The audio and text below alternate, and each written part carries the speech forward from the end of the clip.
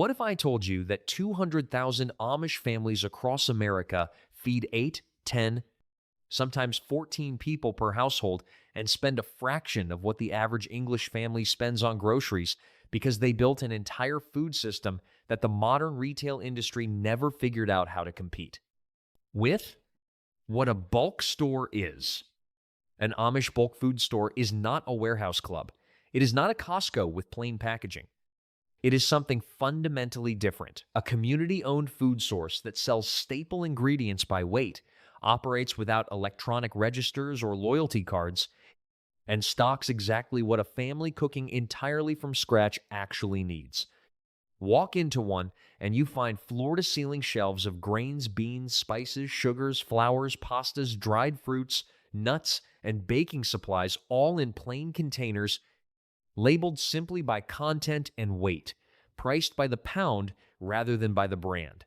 There are no mascots, no sales stickers, no loyalty programs, just food, priced honestly in quantities that make sense for a family that actually cooks. How they started. Amish bulk stores did not begin as a business strategy. They began as a practical necessity inside communities where large families needed large quantities of staple ingredients on a regular basis and could not justify the per-unit cost of purchasing them in standard retail sizes. A 2-pound bag of flour does not feed a family of 12 through a week of baking. A 5-pound bag barely covers 2 days. The economics of cooking from scratch at Amish household scale required a different supply system, and Amish entrepreneurs inside those communities built one. What started as practical necessity became over generations a sophisticated parallel food economy that now serves not only every Amish household within reach, but an increasingly large number of English shoppers who discovered that the same system works for anyone willing to cook. What lines every shelf? The product range inside an Amish bulk store reflects exactly what a family cooking entirely from scratch actually consumes. Rolled oats in 50-pound sacks, all-purpose flour, available from 5 pounds up to 400 pounds for larger household or community orders. Cane sugar in 25 and 50-pound bags. Cornmeal, rice, barley, multiple varieties of dried beans and lentils. Yeast sold by the pound rather than the packet. Spices in quantities that make the tiny jars at regular grocery stores look almost comical. Cinnamon, paprika, cumin, and oregano sold loose by the ounce or the pound at prices that drop to a fraction of retail.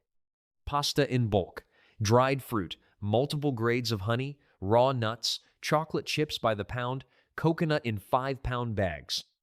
Baking powder and baking soda at quantities that reflect how much actual baking a family producing all its own bread, pies, and cookies goes through in a month. Weight, not packaging.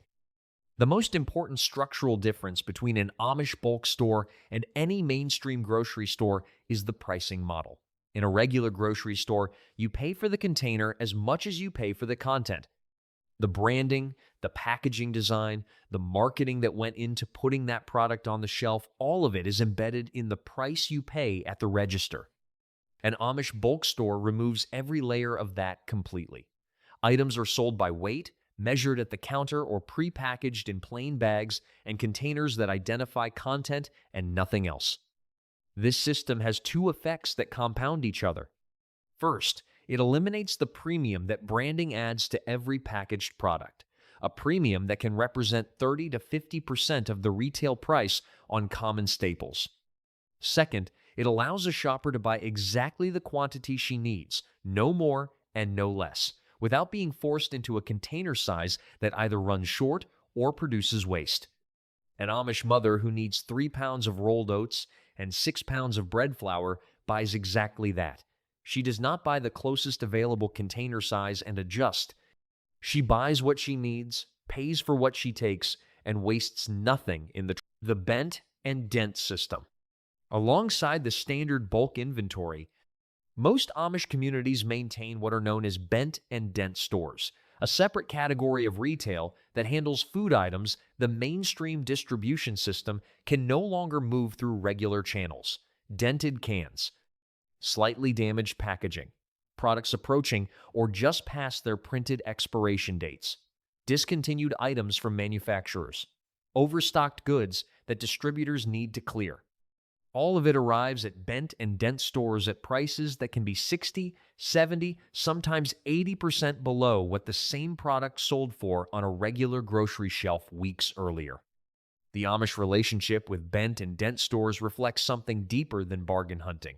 It reflects a theological and practical commitment to not wasting what is still usable. A can of green beans with a dent in the side contains the same green beans as an undented can. A box of pasta whose outer packaging was torn in transit is the same pasta. The Amish understanding that usefulness matters more than presentation makes bent and dent shopping a natural extension of the same values that drive bulk buying, and it extends the food budget of a large family significantly beyond what bulk buying alone produces.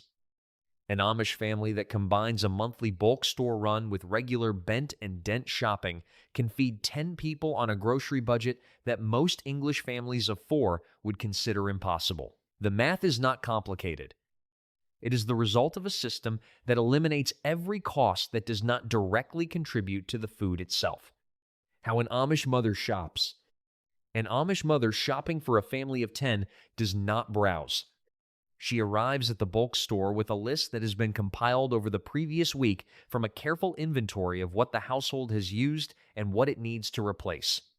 She knows exactly how many pounds of flour her family bakes through in a month because she has been tracking it, not with an app or a spreadsheet, but with the accumulated knowledge of years of cooking at this scale. She buys flour in 25 or 50-pound increments depending on storage space and the month's planned baking. She buys sugar in 25-pound bags. She buys oats, cornmeal, rice, and beans in the quantities that fill her pantry to the level she maintains as her baseline. She buys spices by the ounce, refilling small containers rather than purchasing new ones. She buys yeast by the pound and stores it in the cold cellar. She buys dried fruit and nuts in quantities that cover the month's baking needs without excess.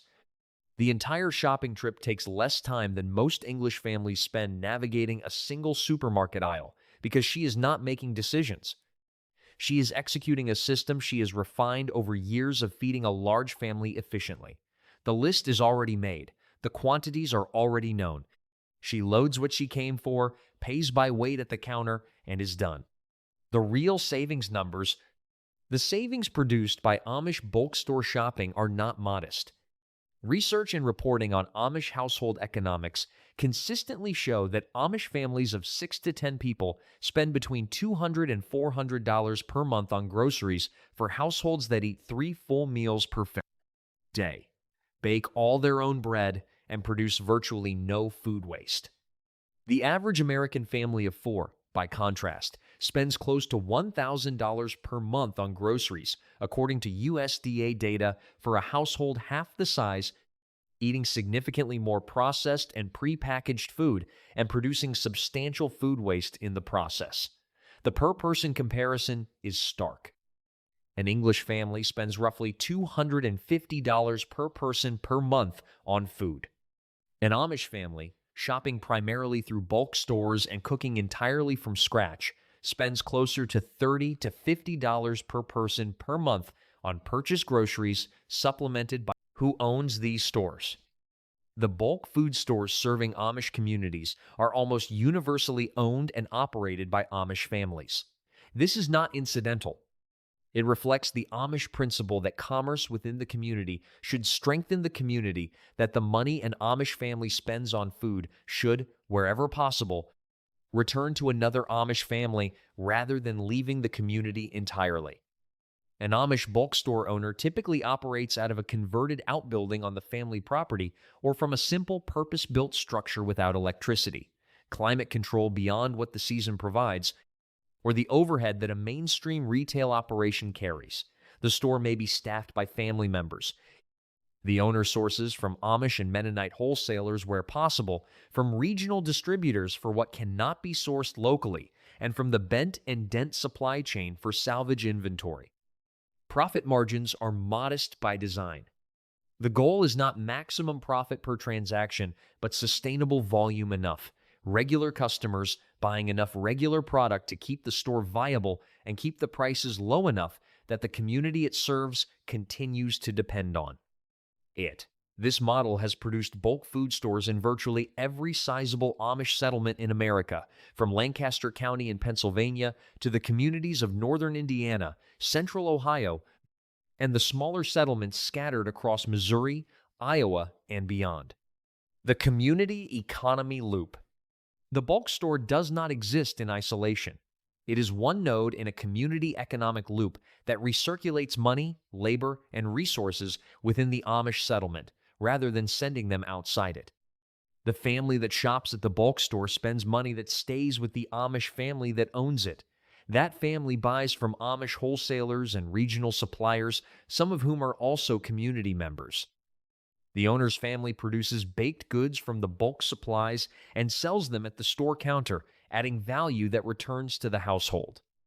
The packaging waste from the store is minimal because almost nothing arrives in packaging designed for single-use retail. The store also functions as a community gathering point in ways that its commercial function does not fully capture. Women who come to shop stay to talk. Information about community events, family news, and shared concerns moves through bulk store conversations the way it once moved through church service fellowship meals. The store is a place where the community's economic and social life overlap in the same physical space, which is, in the Amish understanding of how community should function, exactly what a store is supposed to be. Why English families come? The Amish bulk food stores that were built to serve Amish communities have, over the past 2 decades, become destinations for a growing number of English shoppers who discovered them through word of mouth, regional food writing, and the simple experience of walking into one and seeing what the prices actually were. English shoppers come for the flour and leave with spices, dried fruit, candy, cheese, fresh-baked pies, and jams they did not know they needed until they saw them on the counter. They come for the savings and stay for the experience, the plain shelves, the absence of marketing noise, the friendly transaction with an owner who knows the product because her family uses the same product themselves. They come once and return regularly because the savings are real and the quality is consistent.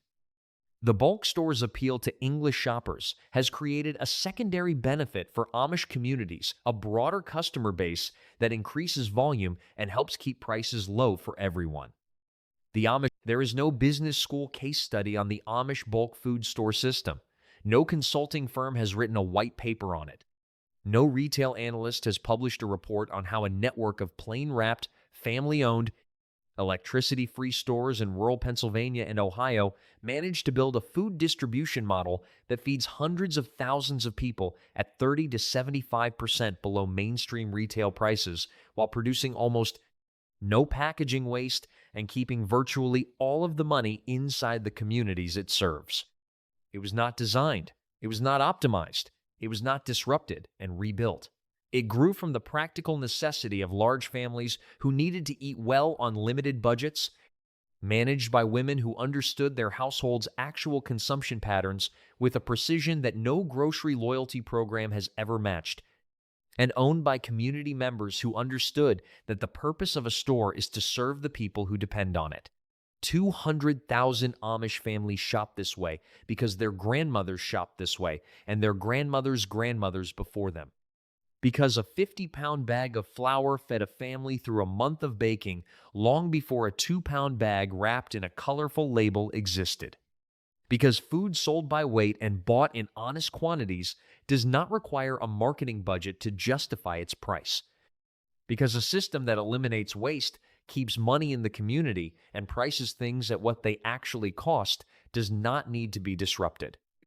It needs to be left alone to keep doing what it has always done, feeding people well at a price that respects both the food and the family buying it.